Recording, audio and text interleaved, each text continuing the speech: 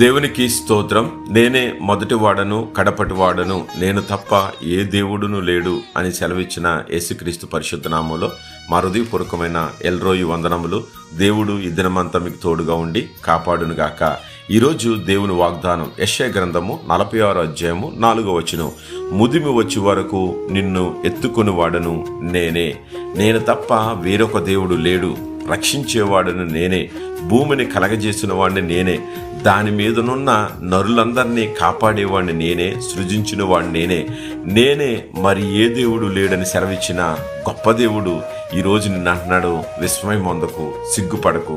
నీవు ఎరగకుండినప్పటికీ నిన్ను నేను ఎత్తుకుంటాను.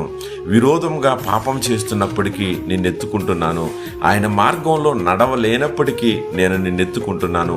ఉపదేశము ఆయన మాటను నీవు అంగీకరించలేనప్పటికీ నేను ఎత్తుకుంటున్నాను. ఎందుకో తెలుసా? ఏదో ఒక రోజున నువ్వు మారు మనసు పొందుతావు. ఆయన దృష్టికి ప్రియుడివై జీవిస్తావు. నిన్ను ఆయన ప్రేమించాలని ఆశతో ఎదురు చూస్తున్నాడు.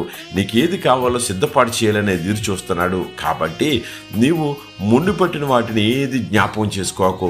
పూర్వకాల సంగతులను ఏది తలంచుకోకుండా, బెంగ పట్టుకోకుండా, నువ్వు నీరసిల్లిపోకుండా, నువ్వు వెనక్కి వెళ్ళిపోకుండా నూతనంగా దేవుని దగ్గరికి రావాలని ఒక ఆశతో ఇప్పుడే నువ్వు నిర్ణయం తీసుకున్నట్లయితే దేవాతి దేవుడు అంటున్నాడు, నేనే చిత్తానుసారంగా ప్రతి అతిక్రమాన్ని కూడా తీసివేస్తాడంట.